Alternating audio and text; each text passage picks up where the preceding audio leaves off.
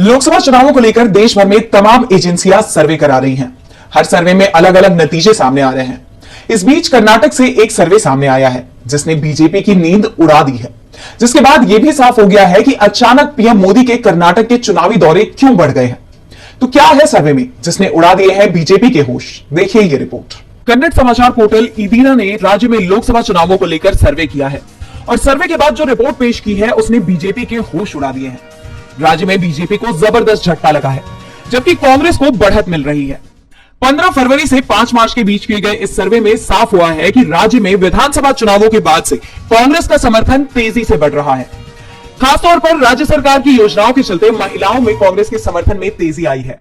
सर्वे में राज्य की 28 सीटों में से कांग्रेस 17 सीटों पर जीत हासिल करती दिखाई दे रही है, जबकि 2019 में उसे सिर्फ 1 सीट मिली थी, जबकि बीजेपी और जेडीएस गठबंधन को 11 सीटें मिलती दिखाई दे रही हैं। 2019 में बीजेपी को 25 और जेडीएस को 1 सीट पर जीत मिली थी। वोट शेयर की बात करें तो कांग्रेस को 43.77% और बीजेपी जेडीएस को 42.35% वोट मिलने के अनुमान है। बीजेपी को सबसे बड़ा झटका तो पीएम मोदी की लोकप्रियता को लेकर लगा है, क्योंकि बीजेपी पीएम मोदी के नाम पर ही चुनाव लड़ रही है।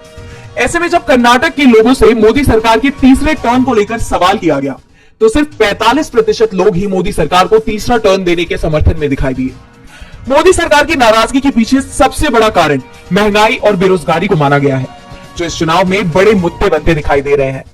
जबकि राज्य की सिद्धारमैया सरकार को लेकर कहा गया है कि कांग्रेस सरकार ने जो योजनाएं चलाई हैं, उनका जनता के बीच बहुत अच्छा रिस्पॉन्स दिखाई दे रहा है।